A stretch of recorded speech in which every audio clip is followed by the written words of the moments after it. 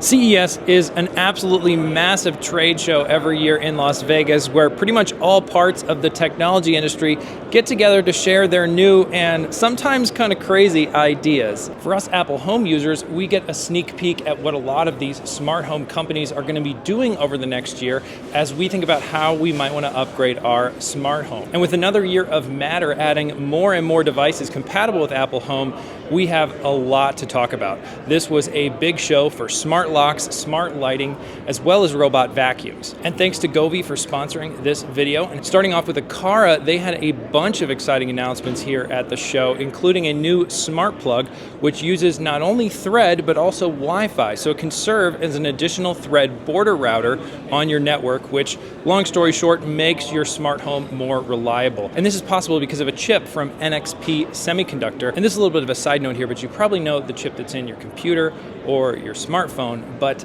you probably don't know a lot about the chips that are running your smart home, and they actually influence a lot of the features and things that are possible. So I'm thinking about doing a video all about what goes into those chips and the different companies that make them. Let me know if you're interested in that in the comments below. Next up, Aqara announced their new M3 hub. Now this not only serves as a Zigbee hub like all other Aqara bridges for adding those devices into HomeKit, but it also works with Matter. They've added the capability with the infrared sensor on the M3 hub to add infrared devices like that old fan you have sitting around into Matter. Aqara's also added a lot of Matter controller functionality there for running automations from their M3 hub, and it'll even be able to communicate with other Matter devices, particularly Zigbee devices, as they add software updates after the device comes out. That said, if you're just running a lot of your Aqara devices in Apple Home and using automations there, I don't see a huge benefit for this M3 hub, but we'll have to see when I try it out. Aqara also had some interesting concepts at their booth, including a water shutoff valve, which pairs with their leak sensor. So when one of their leak sensors detects water, it can shut off the water for your entire home and hopefully prevent any kind of major water damage. Now, I mentioned at the start of the video that this was a big year for smart locks, including Aqara's new announcement of the U300. We'll get to that in a minute. But first, thanks to Govee for sponsoring this video and having some really exciting products that they announced at CES. Starting out with their HDMI 2.1 Cync box. This allows you to sync your Govee lights via HDMI 2.1, which means you can sync to 8K video resolution or 4K at 120 frames per second for the latest gaming consoles. If you prefer to sync your lights with a camera on the TV, they have the Govee TV Backlight 3 Pro Kit, which then enables the same functionality, and both setups use image and sound recognition to then, when it sees an explosion on the screen, add some really immersive explosion light effects and all kinds of other things it can recognize. Also listening for audio in the content you're watching, so it can do the same thing for sirens. Govee had a really cool setup of this in their booth, and I was really impressed. Both setups will ship with Matter compatibility later this year, so you can also control them in things like Apple Home, and they'll ship in kits with lights included, but then you can also use any of Govee's Dream View technology lights. Govee also announced a really cool dot-free light strip that supports Matter, and so they've added some nice diffusion on the light strip built in, so you don't see all those individual lights on the light strip, just the nice glow of the color. This looked really slick, and they had a number of places demoing this in their booth. It supports Matter as well and will be shipping later this year. Now, you might be familiar with Govee from their lighting products, but they also have an entire Govee Life brand, which has more smart home appliance type devices, including some new smart plugs they announced this year that support Matter. I loved how small the US outlet version of these are, and I'm excited to play with them in my smart home. They also announced a Govee Life Smart Tower fan, which is 42 inches tall and supports Matter. Looks very classy, and a tower fan isn't going to take up a lot of space on your floor. So to find out more about Govee's CES announcements and products from Govee you can get today, check out the link in the description, and thanks to Govee for sponsoring this video. So going back to Aqara's U300 lock, this is a lock that's meant to work on the door handle, not the deadbolt like a lot of smart locks, and it includes a keypad, and it works with Matter over Thread, so that's how it can communicate with Apple Home. I'm looking forward to trying one, hopefully, in my garage, so subscribe for that video coming soon. Lockly also announced an Apple Home Key lock that not only has Apple Home Key, where you can just easily tap your iPhone or Apple Watch to the lock, it wakes up the iPhone or Apple Watch and unlocks the door, but it also has face recognition and a fingerprint reader. So you might not even need to worry about pulling out your Apple Watch or phone to unlock your door. It can just recognize you.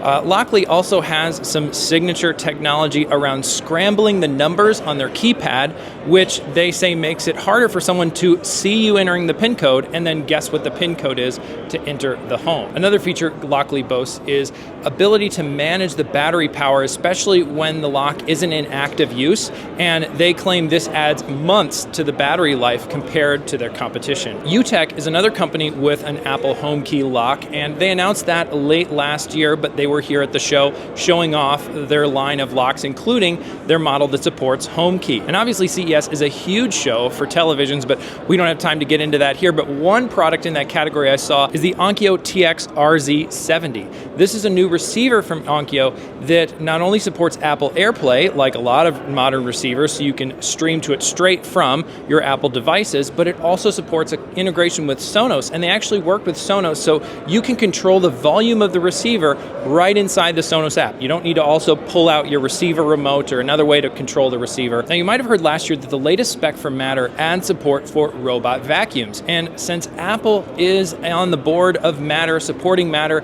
that means that they're likely to add support to robot vacuums in their devices. Now, there's no guarantee at this point how that will look, or even if it will work directly in the Home app or just the HomeKit SDK, but it stands to reason at this point that the robots that support Matter now this year will have much better integration with your Apple smart home. And a number of the big robot vacuum companies were here with Matter support pledged for their new models, including ECOVACS with their D-Bot X2 combo. Now, this is a really clever idea because robot vacuums are great at cleaning up, let's say, 95, 99% of the floor a lot of the time, but there's always those spots that they can't get to for one reason or another.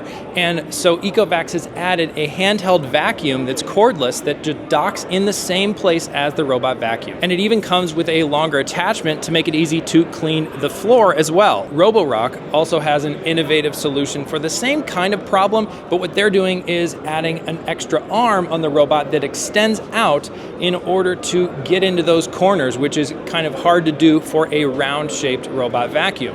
And this new Flexi Arm feature, as Roborock calls it, is coming to their S8 models this year. And like ECOVACS, Roborock has pledged to support Matter with their latest vacuum models. Speaking of Matter, Flick was also here at CES. Now, I love their tiny little buttons as well as their new Flick Twist. But the problem is that the Flick Twist doesn't talk directly to Apple Home like their buttons do. But they're kind of solving that problem altogether by moving both their Hub LR and their Hub Mini to support Matter as Matter controllers. And this means that then you can use buttons or twists that are paired with those hubs and then control Matter devices directly from there. Nanoleaf also had some exciting new announcements. First, they opened pre-orders for their Skylight, which they announced at CES last year. So that's available for pre-order now, starting at $249 for a 3-pack of those lights you can put on your ceiling and add all kinds of cool colors to what would otherwise be a pretty boring ceiling light. Nanoleaf also announced some new outdoor lights. They're supposed to be coming later this year, both permanent outdoor lights to put under the eave of your roof, as well as some outdoor string lights that look really nice with big, large bulbs. They also announced a new orchestrator feature, which can work with Mac or PC to listen to and analyze the music and audio output from your computer, and then orchestrate your Nanoleaf lights in the room to really match the music. Previously, Nanoleaf had been using microphones on some of their devices to actually pick up the sound in the room, so if there was other sound other than the music, it would imitate that instead of the music, and this is supposed to analyze the music more and actually imitate it. And I was at a Nanoleaf party last night and saw this orchestrator in action.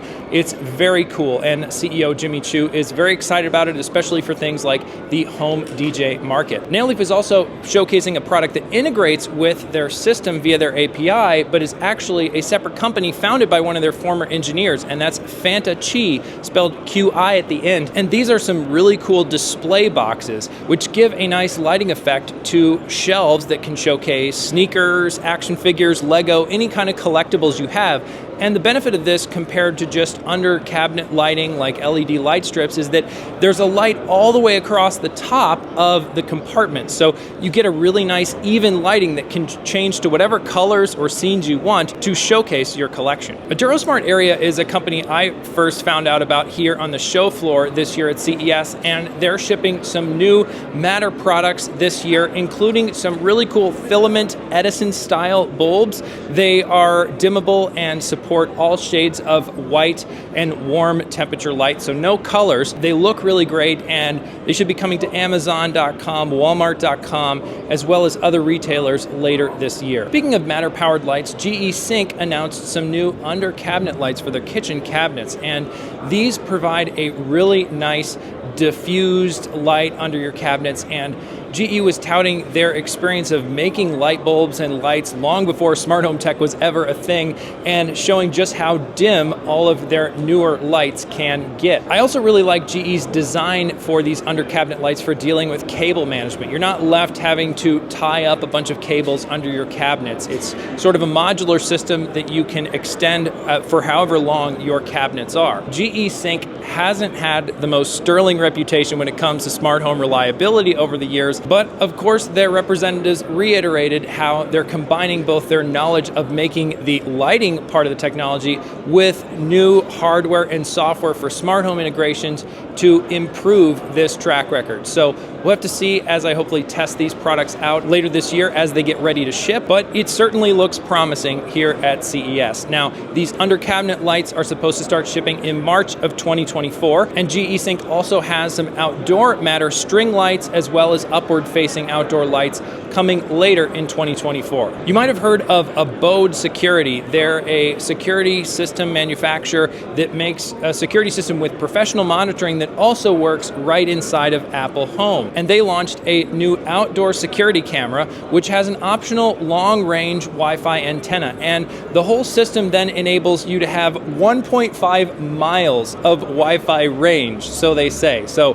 that sounds pretty amazing. And the pitch from the company is that that will allow you to put the camera further away from your home and then have it looking back at the status of your home, rather than what you have to do with most security cameras today on the outside of your house, which is mount them on your house and have them looking away from your home. So creative application here of actually some more advanced chips, back to the start of the video, and that's from Morse Micro with their Wi-Fi chip and Salient with on-device image recognition. So this camera shows a live view in Apple's Home app and then records clips to Abode's security system. This camera is launching in Q1 of 2024 and costs $200. I also met with Eve here at CES, and they had some boxes to show of their Eve Energy outlets they announced in December, and those should be shipping in less than a month in February. Speaking of announcements from Eve coming in February, they're also launching a new Eve Motion Blinds made-to-order service from their website. Belkin announced the Stand Pro iPhone dock at front. So this is going to cost $179, and pre-orders will be starting later this month on Belkin.com. And you just mount your iPhone in the dock, and it uses NFC to pair to it and then charges it.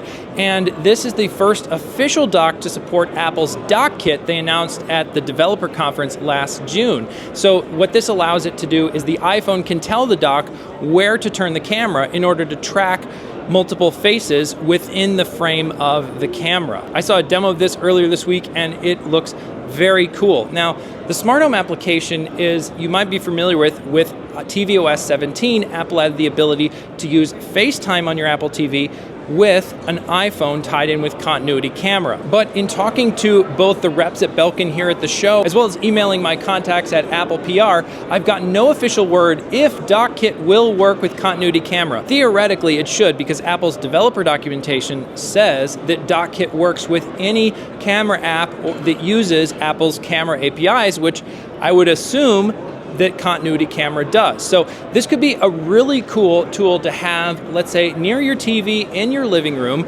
and then be able to FaceTime with friends and family, with all of the people in your home on the couch, and the phone could pan around to different people and put them in frame. And Belkin did confirm that that does work just with FaceTiming straight from the iPhone. I just think then being able to put the people you're talking with on the big screen via Apple TV would be really cool. So we'll have to see as this ships early this year. Is that actually possible? How does that work out? And you'll be able to get a Belkin Stand Pro for $179, again, with pre-orders starting this month. So it was amazing to come to CES. This is my first CES and first time in Las Vegas. So really exciting show. And thank you so much for subscribing, watching the channel, supporting me, and enabling me to do this. And thanks to Govee for sponsoring this video. You can find links to Govee's announcements at CES, as well as some products from Govee down in the description below.